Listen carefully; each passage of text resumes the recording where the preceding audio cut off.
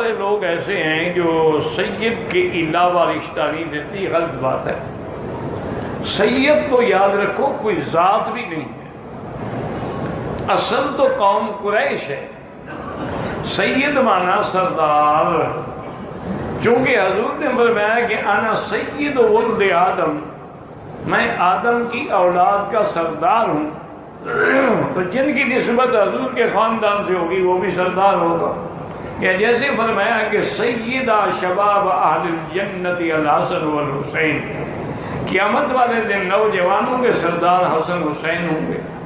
جیسے فرمایا سیدۃ النساء فاطمۃ الزہرا، جنت میں عورتوں اور خواتین کی سردار جو ہے سیدہ فاطمہ ہوگی رضوان اللہ علیہم، اور جو بڑے ہیں ان کے سردار ابو بکر و عمر ہوں گے۔ تو سید مانا سردار ہے۔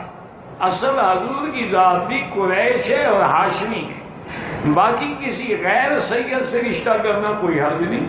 سرکار دو عالم نے اپنی 2 بیٹیاں دی ہیں حضرت عثمان کو، تو حضرت عثمان تو بنو امیہ سے تھے، وہ تو نہ قریشی تھے نہ ہاشمی تھے۔ تو اگر حضور کی بیٹیوں کا نکاح ہو سکتا ہے تو دوسروں کا بھی ہو سکتا ہے۔ یہ بات علماء نے لکھا ہے کہ آدمی کوشش کرے کہ خاندان برابر کا ہو، اس کو کہتے ہیں کفر، یعنی ہر لحاظ سے برابری ہو تو پھر وہ رشتہ نبھتا ہے۔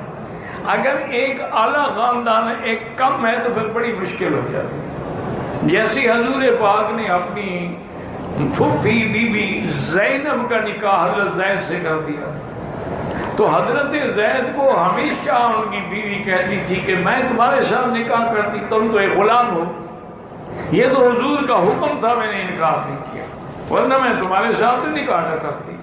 انہوں نے کئی دفعہ حضور کو شکایت کی، آخر نتیجہ کیا نکلا؟ طلاق ہو گئی۔ تو اس لیے اگر برابر کے خاندان ہوں تو بڑی اچھی بات ہے۔ شادی جو ہے